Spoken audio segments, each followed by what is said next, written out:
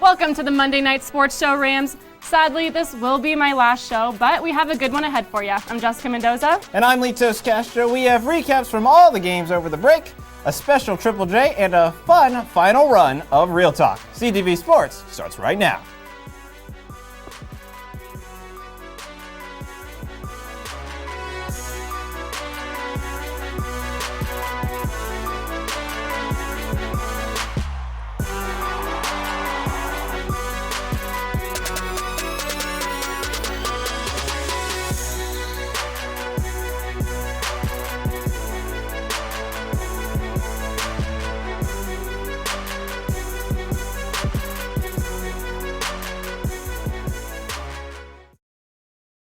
Well, if you were there, you know that it was cold, but if you weren't, I'll recap the 2019 border war for you, which took place in Laramie, Wyoming. A Rams defense that has been making serious progress all season stood tall versus the Cowboys. The Rams kept Wyoming scoreless in the first and matched them with 7 before the half with an O'Brien-Jackson connection in the end zone. But that's the end of the story for the Rams offense, folks. It only took one more touchdown and a field goal for the Cowboys to steal their 4th border war victory in a row, this time 17-7. However, the Rams season had one game left to play versus the 20th ranked Boise State Broncos on a snowy day for the seniors' last stand. And well, the Rams started off pretty hot. Let's take a look at it right here. Freshman Jalen Thomas getting the first touchdown, just trucking through a man. However, Boise State will respond just as quickly with a nice pass over to tight end Garrett Collingham. Now Rams with the ball again. O'Brien finds Warren Jackson, stopped just short of the end zone, but he reaches in for the touchdown for the Rams. Now Boise State's John Hightower snags this one, stays in bounds and sets his team up to score, and they do just that with the tight end Collingham again with the touchdown. CSU looking to respond, and they're going to try right here. However, O'Brien throws an interception right into the hands of Boise State. Not what you want there. They try again once more. O'Brien actually makes this connection, slings it in the middle of the field, and finds a man. He's going to run it down the sideline, truck it through a couple people for a touchdown.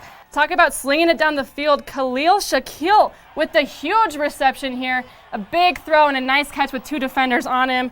And another slingshot to C.T. Thomas on the side of the field. Somehow he stays in bounds there. A great catch by the receiver. And Boise State will look to finish the game off right there. They got one more QB sneak touchdown there, and they finished the game 31-24 as the final score there. And it really just was the final nail in the coffin for the CSU season. But it's a bottom line business. I know that. I think we all know that. And, we didn't get it done enough this year. 4-7 is disappointed, but I can't say enough about our football team. They didn't fall apart. They played hard every week. We just didn't make enough plays to win the ball game tonight. And really, that's how our team has played, since I've been here, Well, it really has been that way since Bobo has coached the Rams. A losing record of only 28 wins and 38 losses. And much worse, only 2 rival wins out of the 15 meetings with Air Force, CU, and Wyoming. As Kevin Litos said, many of Bobo's wins have been empty calories, or just not good enough since CSU can't finish when it counts. Now the talk of the town is, will Mike return next year, or will he get the boot? Bobo says he wants to be back for another season, but it's not looking too promising. The current buyout of Bobo's contract would be $5.5 million if the deal were done today. However, the price dropped significantly after January 1st, a $2.5 million difference. However, the issue is its recruiting season. And many would say it's highly unethical to sign players to a team that would be coached by, well, at this point, anyone's guess is as good as mine, but the point is that Bobo would be recruiting players to play for him and then be asked to leave them in the hands of somebody else. Now, to be clear, there is no official word on Bobo leaving at all yet. He could very well return for a few seasons. CTV will keep you updated as the story progresses. Moving from the field to the court, the Colorado State volleyball team had a few matches on the road over the break. They finished their regular season in style, defeating San Jose State, Nevada, and Denver for their last 3 matches. Those wins helped secure the volleyball team's best season in program history. Get ready for some numbers here. 21 sweeps, 28 consecutive wins in the 3rd year in a row, undefeated against Mountain against conference opponents gets the team their 25th NCAA tournament appearance in a row. And CTV reporter Cory Odom was at the selection show yesterday and had everything you need to know. Tensions were high at the Mayor of Old Town as the CSU women's volleyball team awaited their fate to see who they'd face in the NCAA tournament. But all that faded when their name was called.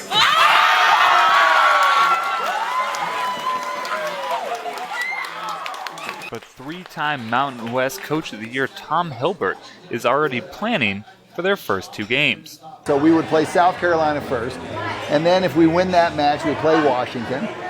South Carolina is a big athletic team that really understands how to assert their physicality on somebody. But Coach already has a game plan in mind. We have great experience. We will serve and pass very well. We'll do the little things well and put a lot of pressure on South Carolina. That's what we got to do. But for senior setter Katie Olekset, she's just excited to spend more time with her teammates. Relishing and cherishing the moments together and leading up to it, just having intense practices. And we keep just looking around at each other and just saying 3 more weeks or 4 more weeks of this, And so I think just really trusting each other, little things like sitting together on the plane or doing stuff like that. But that doesn't mean she's not focused and ready for the games to come. And I like to take each game as a new game, and I think no matter where you are, these teams are very elite and you're going to be playing at a high level. So as long as we bring our A game, I think we'll be okay.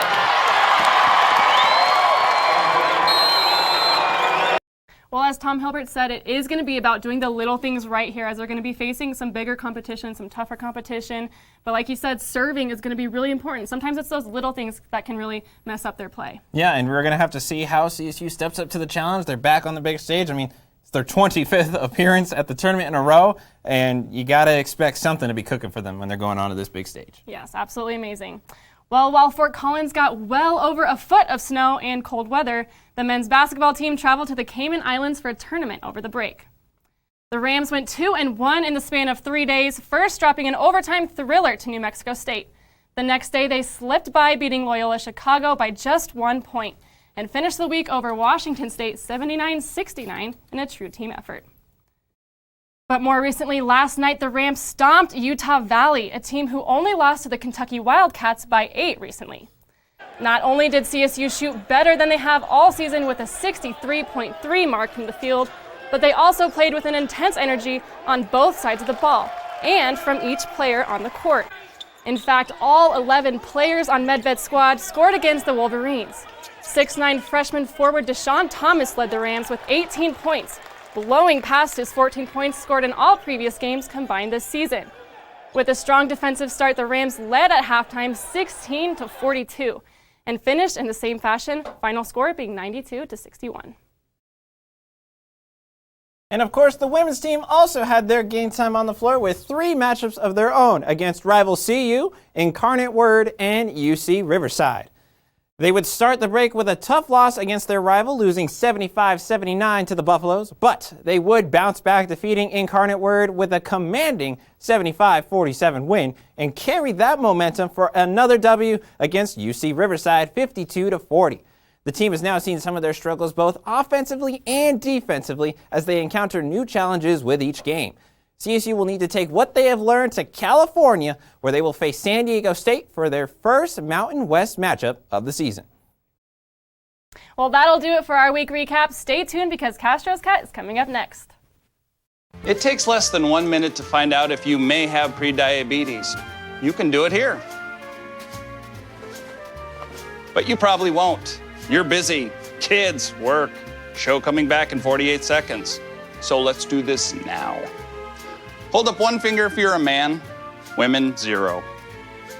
3 more fingers if you're over 60, 2 over 50, 1 over 40. If you're not sure, keep in mind you're sitting on a couch right now, so 1 more finger if you're not very active. 1 finger if yes, 0 if no. 1 yes, 0 no. Next, find the body type that looks most like you and hold up that many fingers while I look around awkwardly. And that's it. If you're holding up 5 fingers or more, you probably have prediabetes. Sorry to be so blunt, but hey, you're busy. Just go to the site.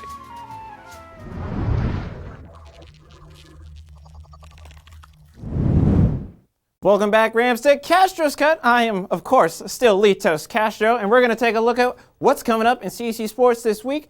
We're going to take a special look at the volleyball team. Like we just talked about, they're heading to the NCAA tournament for the 25th time in a row, so you got to make it the game of the week. They're facing off against the South Carolina Gamecocks, who are 19-11 on the season. It's going to be a tough matchup for them, and then if they end up winning that one, they've got even more competition with more than likely Washington knocking down that door. So, what do the CSU Rams need to do? Well, let's take a look at that. We're going to break down a play from their last matchup against DU. Let's watch it right here. Now, what I want you to focus on is how well CSU is not only adapting during the play, but also just staying strong, not losing control of the game, and just keeping the game in their favor. Now, we're going to see a little bit of back and forth right here. Our first pause moment, you're going to see Hillier and Oleksak going up for the block. What they're doing is they're blocking for that across play. They do not want the ball to go across, forcing DU to go down the line. This is a smart play because they already have Olivia Nichols set up to make the defensive stop. And that is perfect because now it's back in CSU control. Now they go for it again, a little bit more back and forth. CSU needs to get that control back, and they do it right here.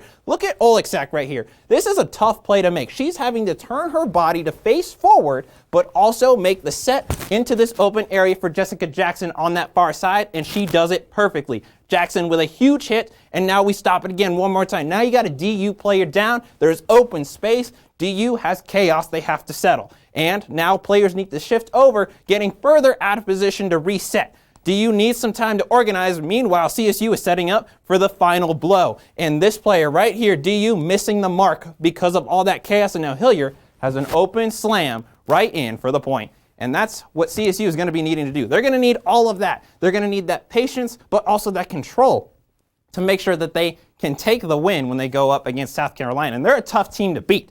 But we're going to see if they can pull it off right there. But now, you know what time it is. It's time for that top play of the week. Let's roll it.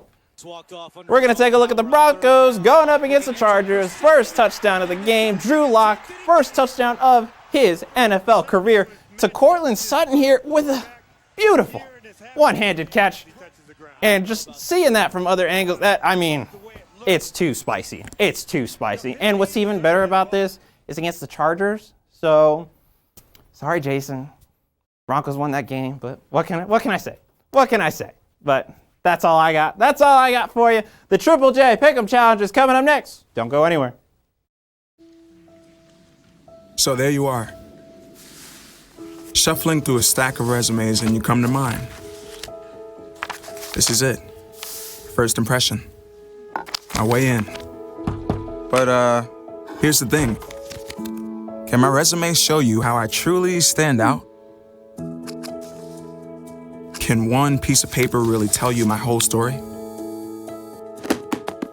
Like that I was studying, going to night school while working 2 jobs just to help my parents pay for groceries. Or how anytime there was an opportunity, I was the first one to step up.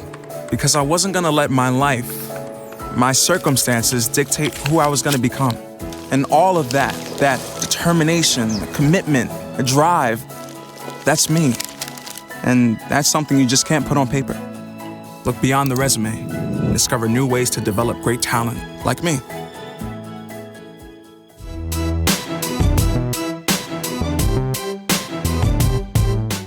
Welcome back from the break into the final week of the Triple J Pick'em Challenge. I'm joined by Jared Stratton and Jason Ortiz, the winner, because let's take a look at how the final standings came out for the semester. Look at Woo! that. You whooped. Yeah, I told my fans I was going to do it, and I ain't a liar. But so in the last 2 weeks, you went fans? 1 for 6, and I went 6 for 6, but or 5 for 6. I chose like 15-point underdogs.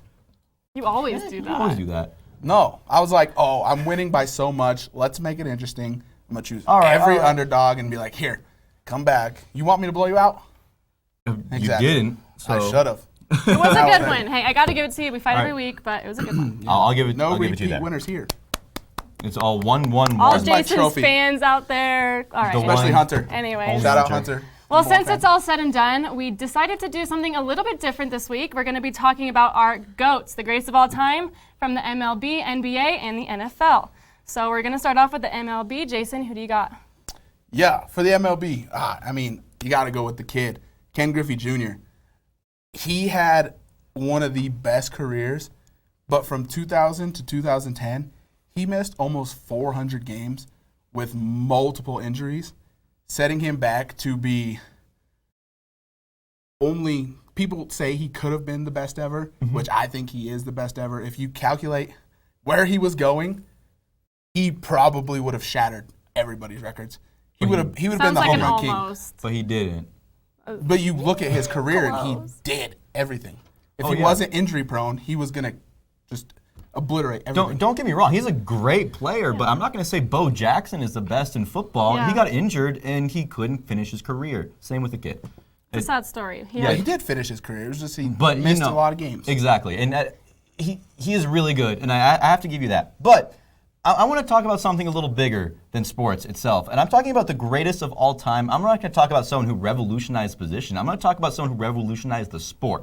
And that's why I'm going to choose Jackie Robinson on this. And you have to understand, there's no one in the MLB that has their number retired on every single team except for this man right here. This man changed the game. And not only that, he was also a really good player. He won Rookie of the Year, won an MVP award as All-Star for 6 straight seasons. And honestly, what I'm looking at here is someone that is bigger than life. And that's exactly who he is. He didn't start a revolution for the sport. He started a movement. He was bigger than MLB, and that doesn't happen in any other sport. I challenge you to name one other person that was like this in the NBA, in the NFL. It doesn't happen. And I think this, honestly, Jackie Robinson deserves this. Well, go Dodgers. I can't even argue that one. I thought you were just going to say, I thought you were going to start naming some stats. No. But he went with something that we really can't argue. You can't argue that. Now I feel like a bad person. But I went with the Bambino. You know what I'm talking about. Yeah. Babe Ruth, okay? He played so long ago, and he still holds records for 2 things. On base plus slugging and slugging percentage. He wasn't just a good hitter, he was also an amazing pitcher. And a lot of people say today that he could probably still play if he was still, obviously. Alive. If he wasn't still alive, he'd be very old. He could still play, he could hang with the guys today, basically. But then again, it was like before the pitching mound got moved farther back. So his pitching was easier at that time. Okay, but also the fields are smaller now, the balls are more juiced. Yeah, they were throwing the same. They were throwing the same speed fastballs back then. Yes, they were. You didn't have CC Sabathia in his prime throwing 90-mile sliders. They were still 90-mile-per-hour fastballs. But the average now is like 97. All right. Well, regardless, that was controversial of me to say. Regardless, 714 home runs, a 7-time World Series champion, just completely amazing. And you got to talk about the called shot. But anyways, we'll move on. Yeah, maybe he'd get more hits if he stopped pointing to the outfield. Now for the NBA. So, Jared, start this one off. Come on, oh man, this is actually a really close race to me. A lot of people say it's one or the other. Michael Jordan, LeBron James, and then there's the idiots that say Kobe Bryant. Yeah. But I'm going to talk about LeBron James here. All right, LeBron James, I think he's better than Michael Jordan. I think it's very, very close. And look at this. He's not only a great scorer, he's a great passer. Look at it. He goes over the head. He keeps on going. And honestly, look at that. He throws it over the head. Perfect. That's borderline Nikola Jokic. Probably better pass than Nikola Jokic right there. I'm not going to say he's a better passer. But beyond all of that, all those passes, what I really want to talk about is he's also great in field goal percentage, great 3-point percentage, better than Michael Jordan. And that's including the playoffs. So I'm not going to only talk about points per game. I'm going to talk about if he makes what he shoots. And that's what he does. And he's better with assists and he's better with rebounds. All right, don't get me wrong. I'm not a LeBron hater. I have mad respect for the man, all right? Great basketball player, great person. But, I thought I would do some research, and I had to... thought I would do some research and look on the web. And the thing that comes up when you look up NBA GOAT, you want to know who comes up? Michael Jordan.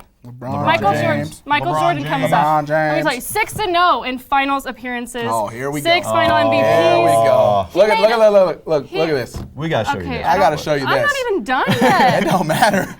Okay, if we want to talk about what makes the difference. Playoffs. LeBron, no. You're gonna talk about LeBron's playoff record? No, let me finish. Let her finish here. LeBron is a very unique defender. He's good and he's multimodal. But if you want to talk about all defense first team, Jordan won 9 times. LeBron 5. Steal titles, Jordan has 3, LeBron James has 0. I just think that Jordan was so much more of an intense player, and just, I mean, it's hard to say because the games are so different now. What about him without Scottie Pippen? He was 1-9 in the playoffs. All right. Let me go. I knew you were Let me gonna go. say stuff like that. I went with LeBron James. You know why?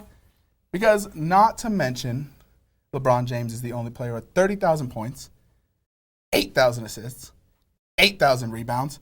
He also leads MJ in overall field goal percentage and blocks. Like, obviously, MJ's a forward. He's not going to, or a guard. He's not going to go out and try and block people.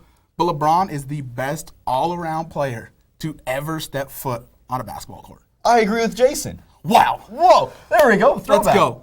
All right. But yeah, LeBron is, like, you can look at the finals. You like, youngins. Okay. You know youngins. Michael Jordan lost Youngins. 3 times in the first round. Oh, You know how many times LeBron lost in the first round? 0. Never.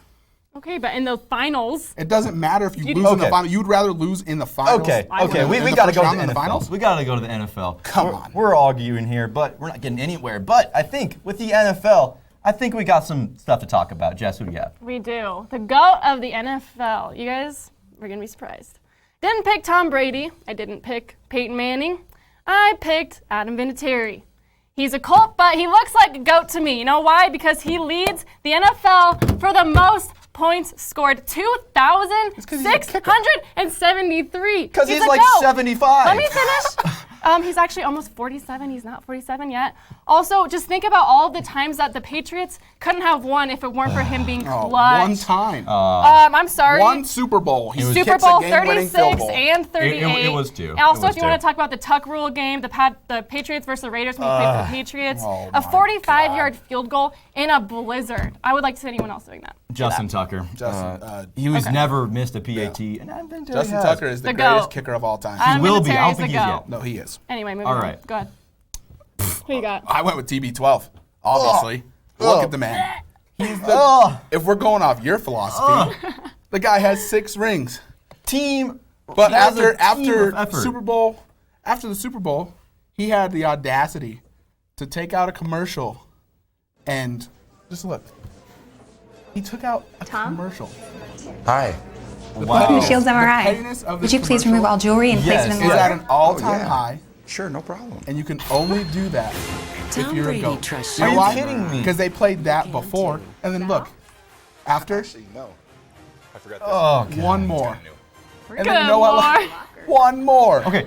He has Let- 6 random, rings. We got to go down the list of what was handed to him. He had Rob Gronkowski, he had Bill Belichick, he had Randy freaking Moss for 4 years straight. So if you're saying that he's just, the best, he's the best system quarterback, yes. He's had a revolving door of Are you kidding just me? athletes. He's never had a true core of players to go out and win games. Okay. Except for Julian So Edelman. Julian Edelman's You're like talking the about only- adversity right now, right? Adversity. You're saying he has a revolving door of players. Yeah. So he's Chemistry. Team chemistry. You're talking about adversity. If you want to talk about adversity, let's talk about Peyton Manning. All We right. want to talk about Peyton Manning. Peyton Manning. He had 5 different head coaches. Went to the Super Bowl with 4 of them. He had How many did he win? He had Hold on. That's a team effort, and you know Malcolm Butler won Tom Brady a Super Bowl. You know That was Adam coaching. Vinatieri. Coaching. All right. Okay. Adam Vinatieri. All right. And then if we're all coaching, let's talk about Bill Belichick. Let's also talk about how Greatest coach Peyton of Manning all has time. 5 Are we- league MVPs. He competes against everyone in the league and won 5 times. No one even has 4. So I'm just keep going down the list if you want me to. And guess I will. who could never beat Tom Brady? He is 3 versus 2 versus Brady. Never. In Yeah, the playoffs. chill out. 3 versus 1 against him in the All AFC right, championships. guys. All right. Only his Well- little brother could beat him in the Super Bowl. Regardless, Jason won this semester, same whether we division. like it or not. But, I mean, that'll do it for our final week. Hop on our Twitter to vote for who you think has the best group of GOATs. Real Talk is coming up next. I am what hunger looks like in America. I am an 8-year-old girl who's not excited for the last day of school. Because this may be the last time I'll have lunch. Till September. I am a single father of 2 who works 3 part-time jobs. And that's still not enough to put food on the table. I am a 16-year-old boy who just got my first job to help feed my little sisters. I was created by artificial intelligence from faces of the 1 in 8 Americans who struggle with hunger. People you pass by every day but never knew they were hungry.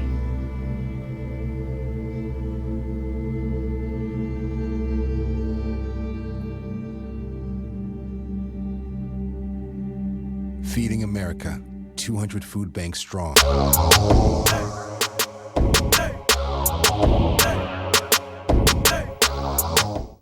All right, folks, welcome back to the final Real Talk or BS segment that we've got going on for you. Jessica, how you feeling? I'm feeling good. I'm a little nervous to see what you got for me this It's going to be fun. As always. It's going to be What's fun. new? You know what? I'll start it off. Okay. We'll get your tensions out of the way. All right. So we'll start it off right here. Take a look at this small video. I want you to notice we got James Hall here. He's starting off. Look at him. We got Hunter seeing right here. And I want you to notice the similarities between all. We got Cory, one more. I see you're squinting right here. You're trying to figure out Cory, and then we're going to go on to even Ethan and Jason themselves. They've also got it. Jessica, it's the end of No Shave November, and I want to know, I mean, Jared's been telling me constantly, Jared's been saying I should keep my beard. Okay. Real talk or BS. That's easy. That's an easy one. I was expected first. Should Wow. Litos shave? Should Litos shave? BS, because you should keep the beard. Okay. Because everybody has it, and it looks nice, so keep it. All right. Friendship kept. Moving on. So for my last week here, I'm going to do a little bit of a speed round, just 3 quick ones. So I let's should have been nervous. pull up the first one here for you, Litos. All right, what do we got? All right. Boogie Cousins will go back to being the best center in the NBA once he makes his recovery. Real talk or BS? BS. It's too much. Lamar Jackson, Patrick Mahomes, Deshaun Watson are better than present-day Tom Brady, Aaron Rodgers, and Drew Brees. BS, actually. Those three, Tom Brady, Aaron Rodgers, and Drew Brees are kind of hard to beat. Right now, though. Yeah, Okay. I'm going to say They're BS performing on that a one. lot better, in my opinion, but okay, we'll move on.